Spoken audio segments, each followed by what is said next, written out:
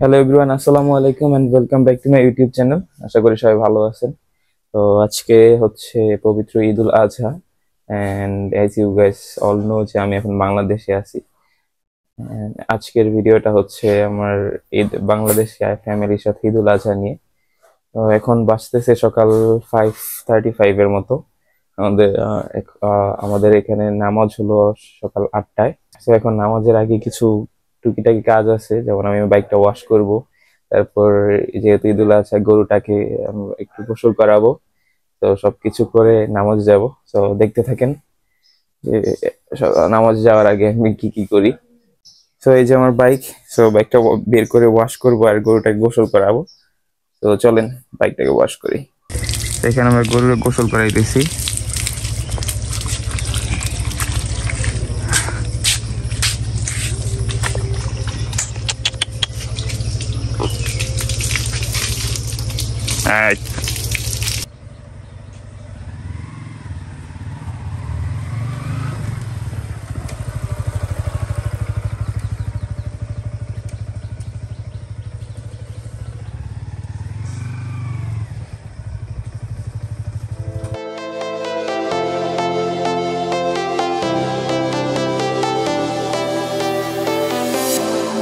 I was a lonely silhouette, needed somebody to show the way.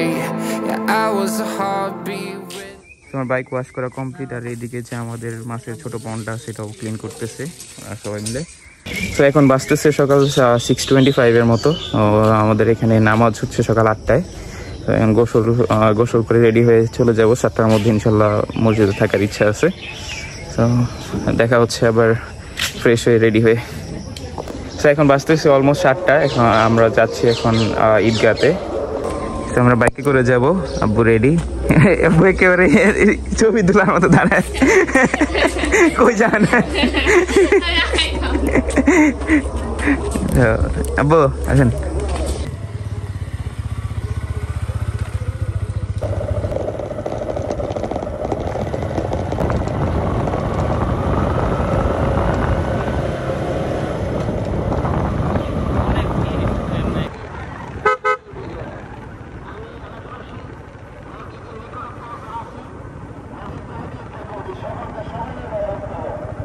আমরা ঈদগাহে এসে পড়ছি।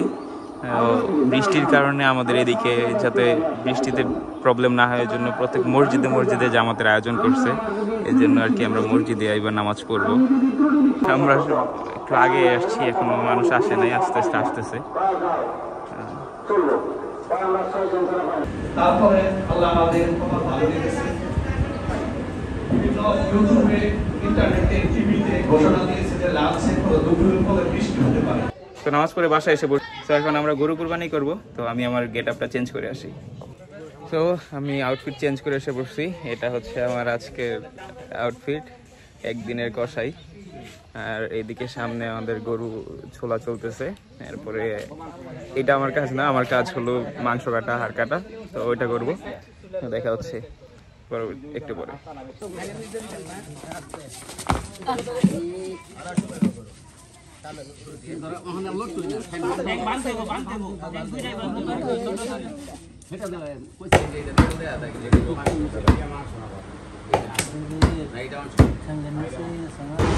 আমাদের গরুর মাংস কাটা শেষ। এখন এগুলা বন্টন করার জন্য ভাগ করা হচ্ছে।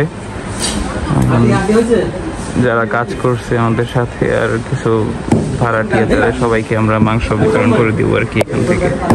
এখানে আব্বু আর আমি দুজন মিলাই গরু কাটছি। কাটার পর আব্বু অনেক টায়ার্ড হয়ে গেছে। আব্বু কেমন লাগতেছে? আলহামদুলিল্লাহ, ভালো লাগতেছে। আল্লাহ একটা কুরবানি দেওয়ার তৌফিক দান করেছে, আলহামদুলিল্লাহ। আমি অনেক খুশি, সবাইকে দিতে পারতেছি। আর আমি যে এবার ঈদে আসি দেশে, আর সবচেয়ে বড় খুশি আমাদের একমাত্র ছেলে ইমদাদুজ্জামান বাপ্পি, ডাক্তার ইমদাদুজ্জামান, সে দেশে আসতে পেরেছে।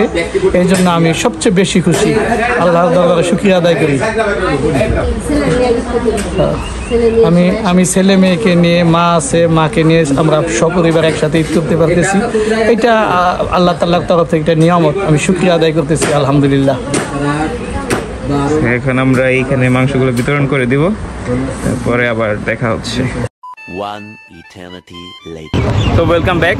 এখন বাজতেছে অলমোস্ট 4:30। হ্যাঁ, তো এখন আমরা একটু বের হইলাম বিকালবেলা, আমি আর ইমন আর ওইদিকে মামু আর Mozammel.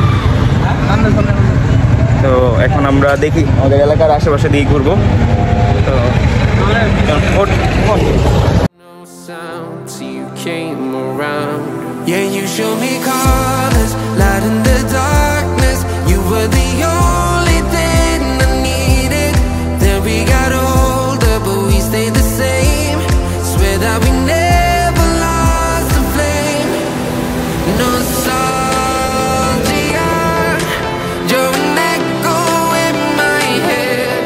Oh, nostalgia, like a symphony of our memories. Oh, nostalgia, don't you ever slip away. Oh, nostalgia, like a symphony of our memories. Oh,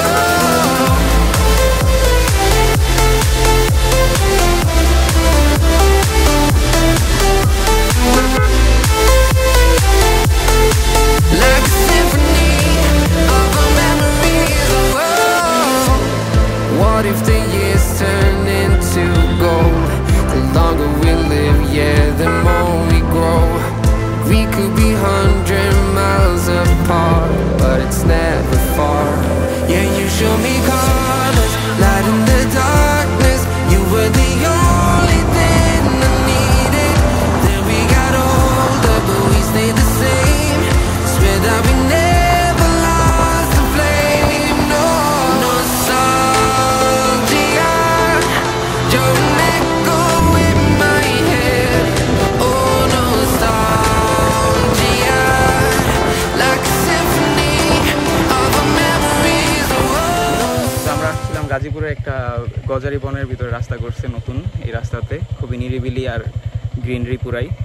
এখানে আসছিলাম একটু ছবি টবি তুলবো, আমরা ছবি তুলে পরে চলে যাবো আর কি।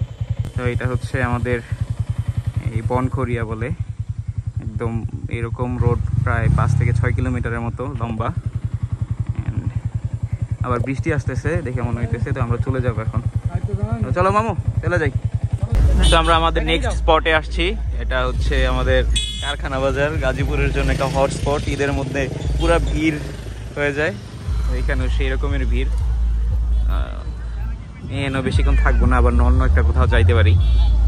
আমরা আরেকটা স্পটে আসছি, এটা হচ্ছে তুরাগ নদীর পারে আমাদের এলাকাতেই। তো এখানে আমাদের আরও কিছু স্কুলের পুরানো ফ্রেন্ডদের সাথে দেখা হয়েছে।